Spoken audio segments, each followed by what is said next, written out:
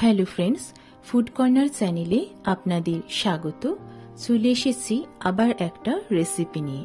আজ আমি আপনাদের কাছে যে রেসিপিটা শেয়ার করব সেটা আপনাদের অনেকের কাছেই খুবই পরিচিত একটা নাম। আজ আমি আপনাদের বানিয়ে দেখাবো সাবুদানা খিচুড়ি।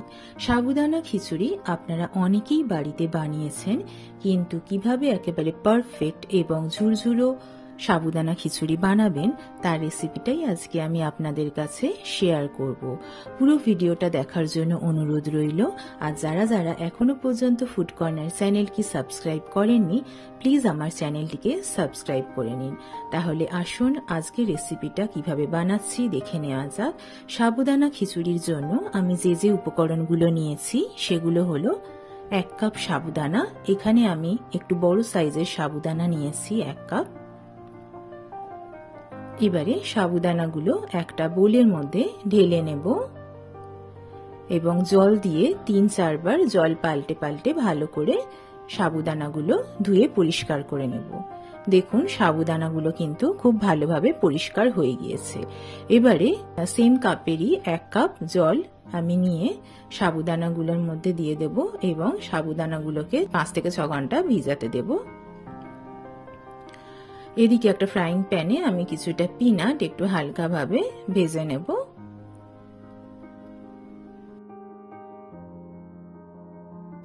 দেখুন এদিকে সাবুদানাগুলো খুব ভালোভাবে সোকড হয়ে গিয়েছে এবং সাবুদানাগুলো ফুলে উঠেছে এবং কতটা সফট হয়েছে।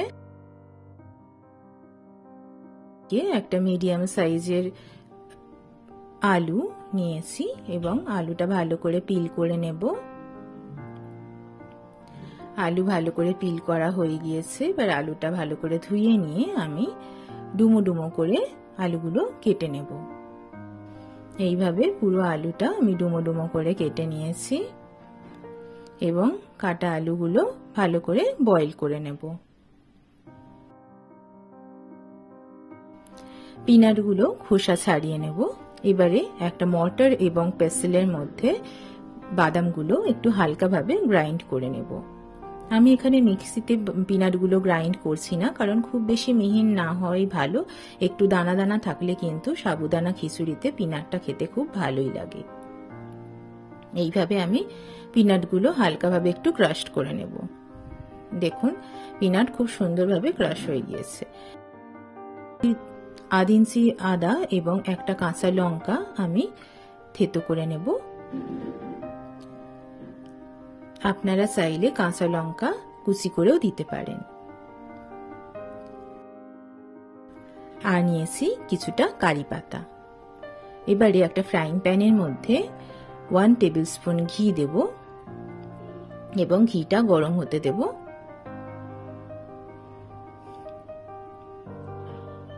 ঘি গরম হলে তার মধ্যে বয়েলড পটেটোগুলো দিয়ে দেব। দিয়ে হালকাভাবে নেড়ে চেড়ে ব্রাউন হওয়া পর্যন্ত একটু ফ্রাই করে নেব।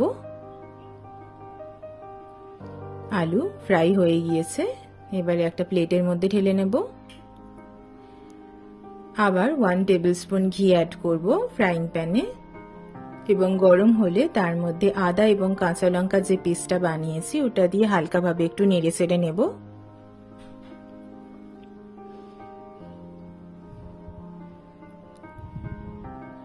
এবারে ওর মধ্যে কারি পাতাগুলো দিয়ে দেব। তার মধ্যে ফ্রাইড আলুগুলো দিয়ে দেব।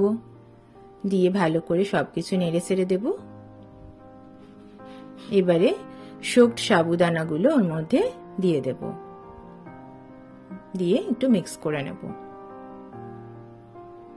আর দেব ক্রাশড পিনাটগুলো উপর থেকে দিয়ে দেব।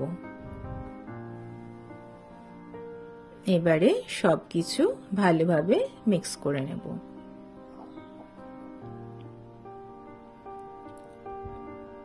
ঝাল কিন্তু আপনারা আপনাদের আন্দাজ মতন দেবেন। আমি এখানে একটা কাঁচা লঙ্কা দিয়েছি, আপনারা চাইলে আপনারা যে যেরকম ঝাল খান সেই মতন ঝাল দিতে পারেন। এবারে 3-4 মিনিট আমি একটা ঢাকা দিয়ে দিলাম। 3-4 মিনিট পরে ঢাকাটা খুলে দিলাম। দেখুন সাবুদানাগুলো বেশ ভালো মতন সেদ্ধ হয়ে এসেছে। এইভাবে একটু হালকাভাবে নেড়ে ছেড়ে দেব। সামান্য লবণ দেব আন্দাজ মতন।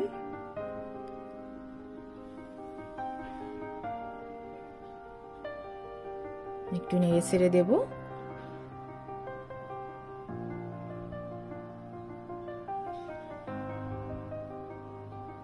এদিকে একটা ফ্রাইং প্যানের মধ্যে ঘিয়ের মধ্যে আমি 1 টেবিল স্পুন গোটা জিরে একটু ফ্রাই করে নিয়ে উপর থেকে ছড়িয়ে দেব। আপনারা চাইলে ফোড়নের সময়ও কিন্তু জিরেটা ফ্রাই করে নিতে পারেন, কিন্তু আমি এটা পরে ফ্রাই করে দিই, তাতে কিন্তু সাবুদানার খিচুড়িতে জিরের একটা খুব সুন্দর ফ্লেভার ছড়িয়ে পড়ে।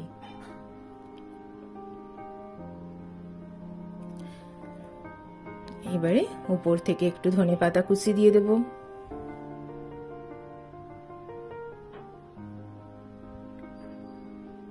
আর দেব অল্প লেবুর রস।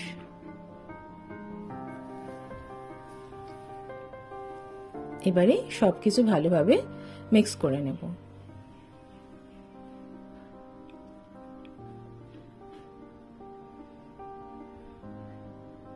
এইভাবে সবকিছু খুব ভালোভাবে মিক্স করে নেব। দেখুন বন্ধুরা, সাবুদানাগুলো কিন্তু খুব সুন্দরভাবে কিন্তু সেদ্ধ হয়ে গিয়েছে এবং ভীষণই ঝুরঝুরো এবং পারফেক্ট হয়েছে।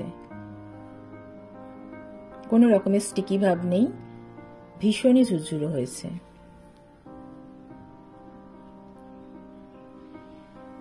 এইভাবে 2-3 মিনিট আমি একটু সবকিছু ভালোভাবে নেড়ে চেড়ে দেব। দেখুন সাবুদানা খিচুড়ি কিন্তু একেবারে রেডি হয়ে গিয়েছে সার্ভ করার জন্য।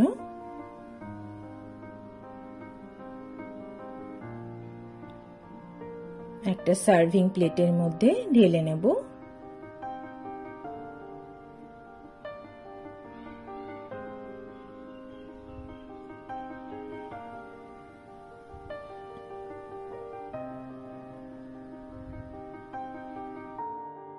ব্যাস রেডি হয়ে গেল আজকের আমার রেসিপি সাবুদানা খিচুড়ি। বন্ধুরা দেখছেন কত সুন্দর পারফেক্ট এবং ঝুরঝুরো হয়েছে আজকের এই সাবুদানা খিচুড়ি, এবং প্রত্যেকটা সাবুদানা কিন্তু একেবারে ঝুরঝুরো হয়েছে। আপনারা যারা যারা এখনো পর্যন্ত এরকম পারফেক্ট এবং ঝুরঝুরো সাবুদানা খিচুড়ি বাড়িতে বানাতে পারেননি, তারা একবার হলেও আমার রেসিপিটা কিন্তু ট্রাই করবেন। আশা করি আপনাদের সবারই খুব ভালো লাগবে। আর এই সাবুদানা খিচুড়ি শুধুমাত্র উপোস কেন, মাঝে মধ্যে সকালের ব্রেকফাস্ট অথবা বিকেলের টিফিনেও কিন্তু আপনারা অনায়াসেই বাড়িতে বানিয়ে ফেলতে পারেন, অথবা বাচ্চাদের টিফিনেও কিন্তু আপনারা বানিয়ে দিতে পারেন। বাচ্চাদেরও কিন্তু এই সাবুদানা খিচুড়ি খেতে খুবই ভালো লাগে। তাহলে আজকের আমার রেসিপিটা আপনাদের কেমন লাগলো তা কিন্তু অবশ্যই আমাকে কমেন্ট করে জানাবেন।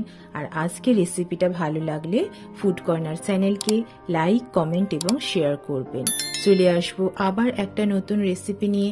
ভালো থাকবেন, সুস্থ থাকবেন। ধন্যবাদ।